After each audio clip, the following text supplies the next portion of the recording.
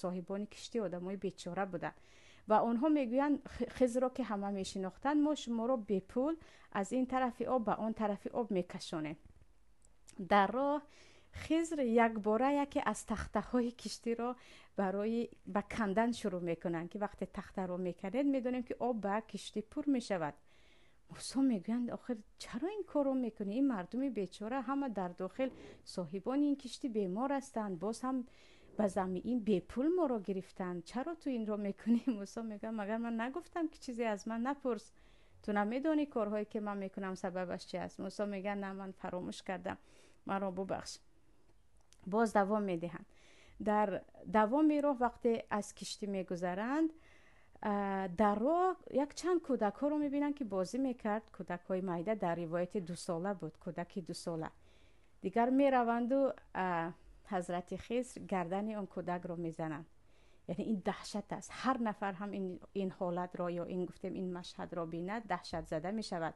این بار از روی فراموشی نه و از روی این کار موسی میگه خود چرا این را کردی؟ کودک 2 ساله چه گناه دارد؟ مگر این یک گناه دارد که او را کشتی؟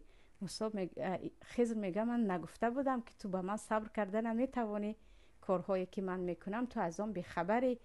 و موسی میگه نه، من بعد از این هم اگر من یگان بار دیگر تو را از چیزی پرسیدم دیگر از من جدا شو، که در حقیقت یعنی عذر من به جایش رسید و دیگر من دارم میگذرانم از حدش.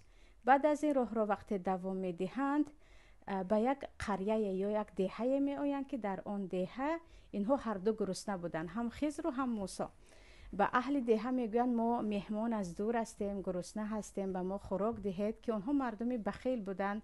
میگویند نه، به شما چیزی نمیدهیم.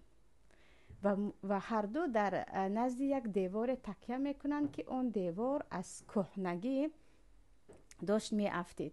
خیز باشد از جایشان میخیزند و در بعض روایت ها دیوار خیر دیواری بلند و باز هم وسیع بود، یعنی کاری اون کاری مشقت افزا بود که با یک مشقت زیاد باید آن را بنا کرد.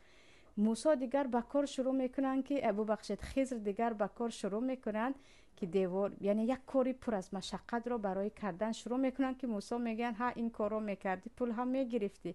یعنی یک نمود طرزی سوال کردن که اگر کنیم اگر همین ها به تو پول میدهند که تو این کار رو کرده استادی. آخر کمی پیش از اینها ما گفتیم یک پیاله چای به گفتی تاجیکو کمی به ما خوراک دید که اینها ندادن. این دیوارشون رو بیهوده اینقدر قوت خود را صرف میکنی، کاش که اینها چیزی به تو دهند.